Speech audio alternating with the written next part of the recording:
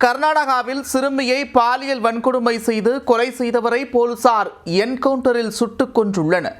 Chocolate கொடுத்து சிறுமியை கடத்திச் செல்லும் சிசிடிவி காட்சிகளும் வெளியாகியிருக்கிறது. பெரும் பரபரப்பை ஏற்படுத்தியுள்ள சம்பவத்தின் பின்னணி என்ன? கர்நாடக மாநிலம் கொப்பல் மாவட்டம் யாதவடா பகுதியைச் சேர்ந்த தம்பதிக்கு 5 வயதில் ஒரு மகள் இருந்தார். சிறுமியின் தாய் வீட்டு வேலை செய்பவராகவும் தந்தை ஓவியராகவும் வேலை செய்து வருகின்றனர். சிறுமியின் தாய் ஒரு வீட்டில் வேலை செய்வதற்காக சென்றபோது தன்னுடன் சிறுமியையும் அழைத்து சென்றிருக்கிறார். சம்பவத்தன்று தாய் வீட்டிற்கு உள்ளே வேலை செய்து கொண்டிருக்க சிறுமி வீட்டின் வெளியே விளையாடி கொண்டிருந்தார். சிறிது நேரம் கழித்து சிறுமியின் தாய் வெளியே வந்து பார்த்தபோது அங்கு சிறுமியை காணவில்லை. இதனால் அதிர்ச்சியடைந்த அவர் தனது மகளை பல இடங்களில் தேடிய போது வீட்டருகே பாழடைந்த வீட்டின் கழிவறையில் உடலில் காயங்களுடன் சிறுமி பிணமாக கிடந்தது தெரிய வந்தது.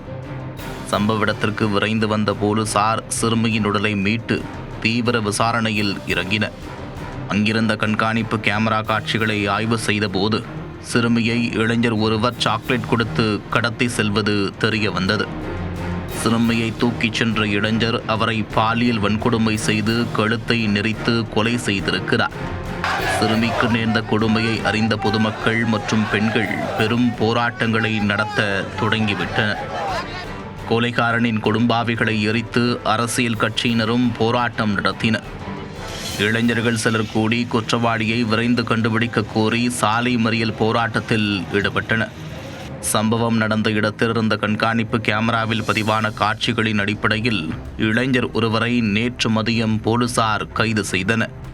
விசாரணையில் அவர் பீகார் மாநிலம் பாட்னாவைச் சேர்ந்த கூலி தொழிலாளி ரித்தேஷ்குமார் என்பது தெரிய வந்தது. வீட்டின் முன்பு விளையாடி கொண்டிருந்த 5 வயது சிறுமியிடம் சாக்லேட் கொடுத்து கடத்திச் சென்று பாலியல் வன்கொடுமை செய்து கொலை செய்ததை ரித்தேஷ்குமார் ஒப்புக்கொண்டார். இதனையடுத்து போலீசார் அவர் தங்கியிருந்த இடத்திற்கு அழைத்து சென்று விசாரணை நடத்த முடிவு செய்தனர். அதன்படி Ashok Nagar police sub inspector Annapurna மற்றும் போலீசார் ரித்தேஷ்குமாரை அழைத்து கொண்டு அவர் தங்கியிருந்த இடத்திற்கு சென்றனர். அங்கு வைத்து திடீரென கீழே கிடந்த கற்களை எடுத்து போலீசார் மீது வீசி ரித்தேஷ்குமார் தாக்குதல் நடத்தி தப்பி ஓட முயற்சி செய்ததாக கூறப்படுகிறது. இதில் போலீஸ் சப் இன்ஸ்பெக்டர் அன்னபூர்ணா மற்றும் போலீசார் காயமடைந்தனர்.